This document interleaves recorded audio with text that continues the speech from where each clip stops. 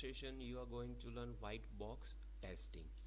In previous videos you have learned the basic testing strategies. Now white box testing.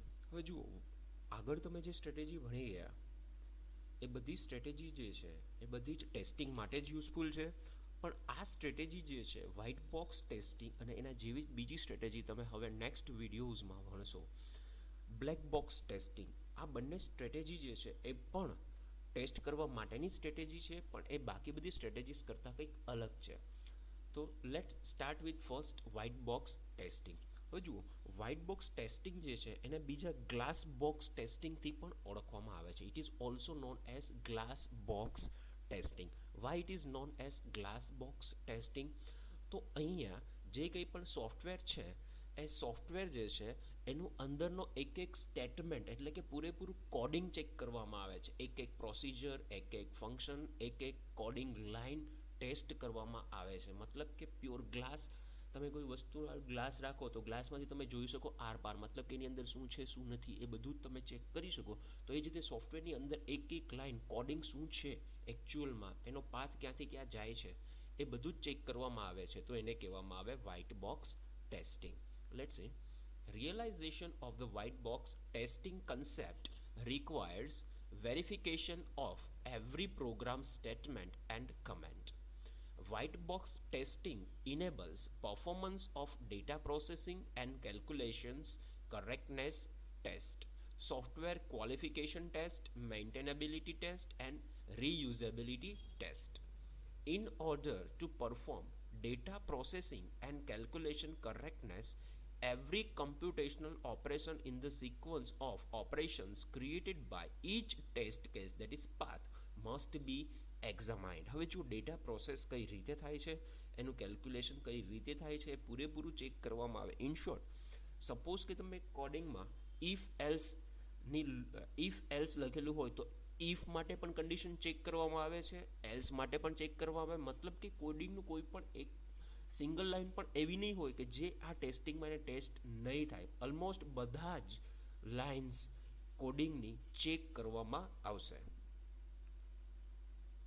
This type of verification allows us to decide whether the processing operations and their sequences were programmed correctly for the path in question but not for the paths.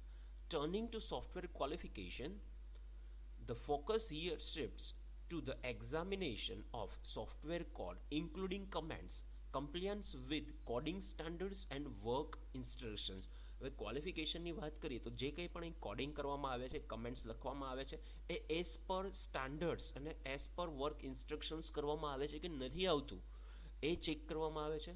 Then after maintainability test comes.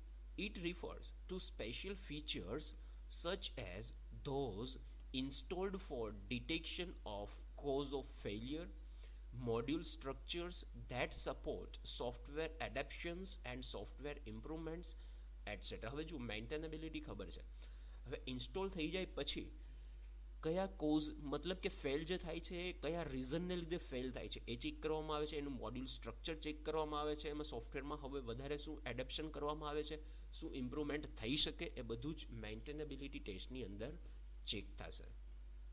Then comes reusability test. It examines the extent that reused software is incorporated in the package and the adaptations performed in order to make parts of the current software reusable for future software packages. મતલબ કે જે software બનાવેલો છે એ પેકેજને, જે software package already ready છે એ સોફ્ટવેરને ફરીથી બીજી કોઈ નવા સોફ્ટવેર જે બનાવવાનો થાય એમાં એડ કરી શકાય છે કે નહીં, રીયુઝેબલ થઈ શકે છે કે નહીં, એ ચેક કરવામાં આવશે.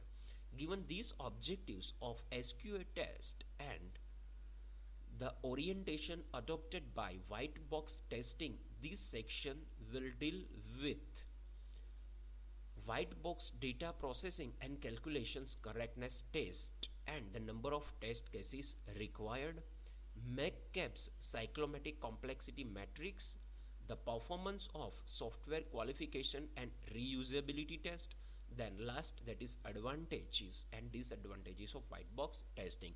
ઇન શોર્ટ આટલા પોઈન્ટ્સ જે છે હવે આપણે થોડા ડિટેલમાં સ્ટડી કરવાના થશે. જે આપણે જોયું છે ઓવરવ્યૂ લીધો છે એનું થોડું ડિટેલમાં જોવાનું થશે. Let's see first data processing and calculation correctness test. Applying the concept of white box testing, which is based on checking the data processing for each test case, immediately raises the questions of coverage of a vast number of possible processing paths and multitudes of lines of codes.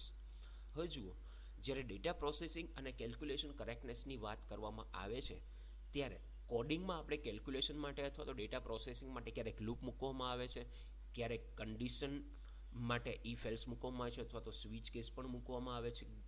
ઘણી બધી loops available છે, તો એમાંથી કોઈ પણ loop, for loop છે, while loop છે, એ loop પણ તમે યુઝ કરી હોય.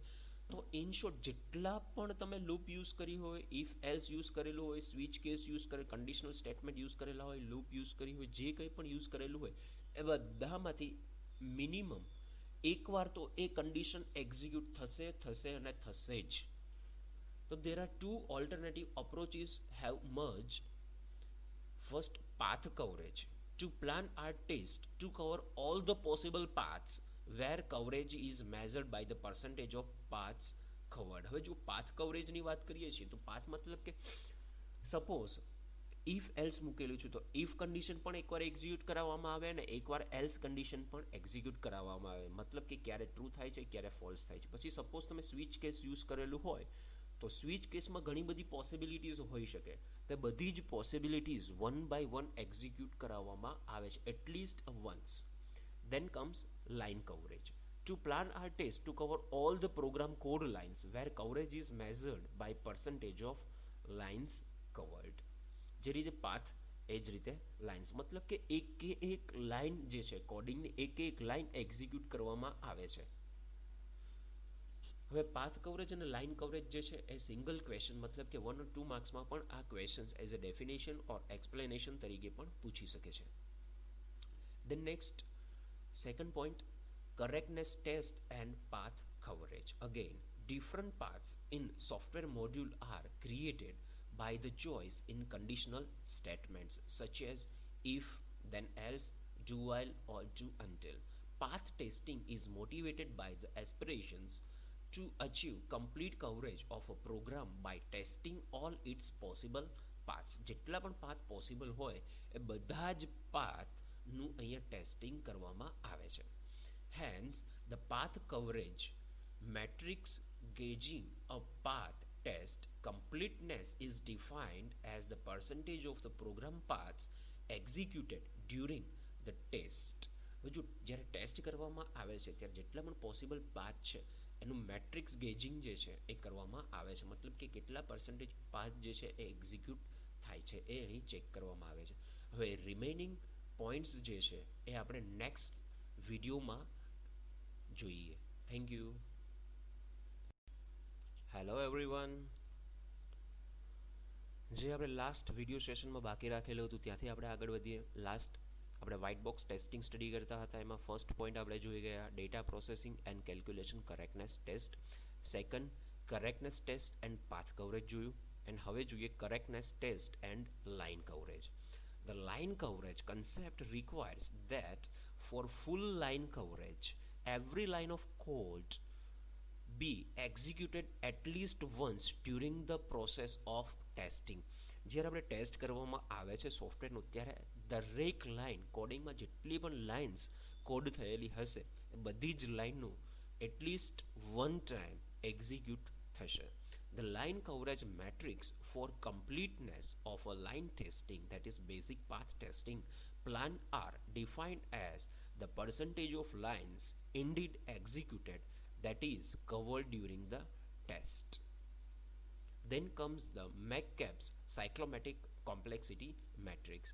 The cyclomatic complexity matrix developed by McCabe's in 1976 measures the complexity of a program or module at the same time as it determines the maximum number of independent paths needed to achieve full line coverage of the program.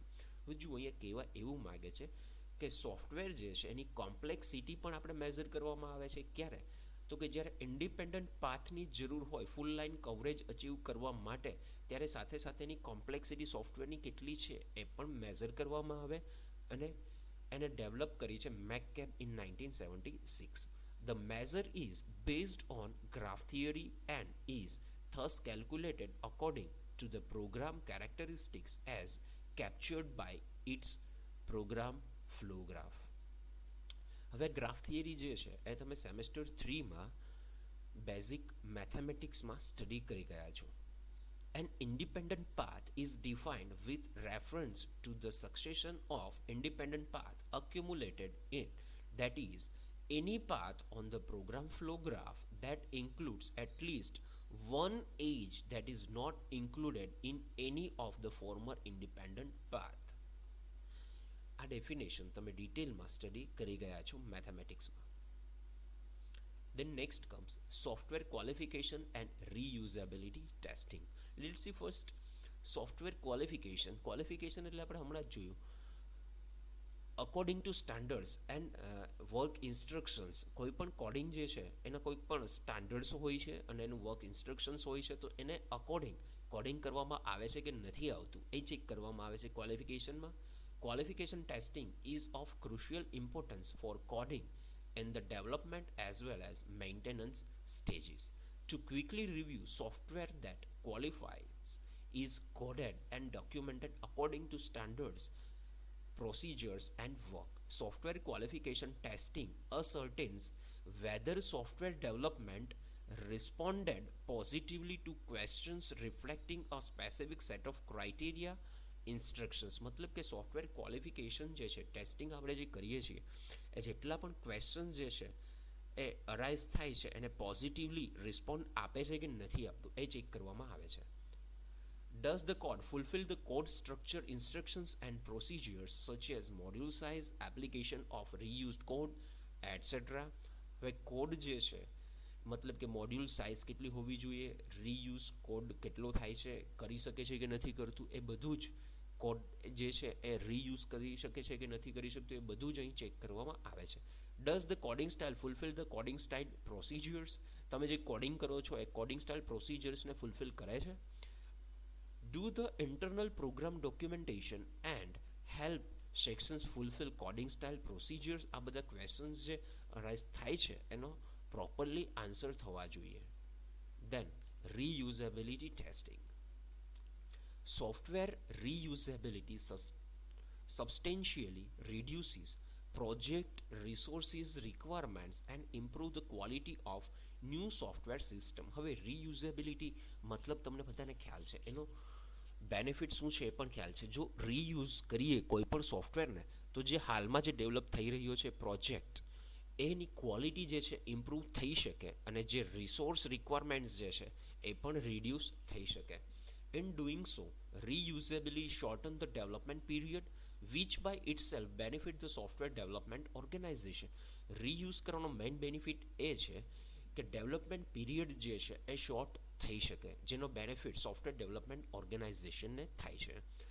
Reusability testing supports these functions by determining whether the packaging and documentation of the programs and modules listed for reuse conform to the standards and procedures demanded for inclusion in the reusable software library. Reusability testing is actually one of the tools supporting the growth of the software reuse. હવે reusability testing જે છે એ actually growth of the software reuse માટે support કરે છે. Then finally, advantages and disadvantages of white box testing. Let's see advantages. Direct statement by statement checking of code enables determination of software correctness as expressed in the processing paths, including whether the algorithms were correctly defined and coded. હવે તમને ખ્યાલ છે white box ટેસ્ટિંગમાં statement by statement મતલબ કે line by line check કરવામાં આવે છે, જેથી એની કરેક્ટનેસ જે છે એ ઇઝીલી ડિફાઇન થઈ શકે છે અને ચેક વેરીફાઈ થઈ શકે છે. પ્રોસેસિંગ પાથ્સ ઇન્ક્લુડિંગ એલ્ગોરિધમ એ પણ અહીંયા પ્રોપરલી ડિફાઇન થયેલો હોય ને પ્રોપર કરેક્શન પણ કરી શકીએ. It allows performance of line coverage follow-up that provides the tester with list of lines of code that have not yet been executed. હવે એનો બીજું બેનિફિટ એ છે કે જ્યારે ટેસ્ટિંગ થઈ ગયું છે, જે ઇન્ટિગ્રેશન ટેસ્ટિંગ છે, બિગ બેંગ ટેસ્ટિંગ છે, એના ટેસ્ટિંગ થઈ ગયું છે, તો ઘણો કોડ એવો હોય છે કે જે એકવાર પણ ટેસ્ટ થયો નથી હોતો. તો વ્હાઇટ બોક્સ ટેસ્ટિંગમાં જે કોડ એક્ઝામાઇન નથી થયો, ટેસ્ટ નથી થયો, એ પૂરેપૂરો કોડ પણ અહીં એટલીસ્ટ વન ટાઈમ તો એ ટેસ્ટ થશે જ. It ascertains quality of coding work and its adherence to coding standards. Then disadvantages. The vast resources utilized, much above those required for black box testing the same software package. અહીંયા વધારે પડતા resources જે છે એ use થાય છે. Comparison કરીએ black box ટેસ્ટિંગની સાથે તો વધારે રિસોર્સિસ યુઝ થાય છે સેમ સોફ્ટવેર પેકેજ માટે. The inability to test software performance in terms of availability, that is response time, reliability, load durability and other testing classes related to operation, revision and transition factors. આ બધું ability જે છે possible નથી. So it was all about white box testing. In next video you will study black box testing. Thank you.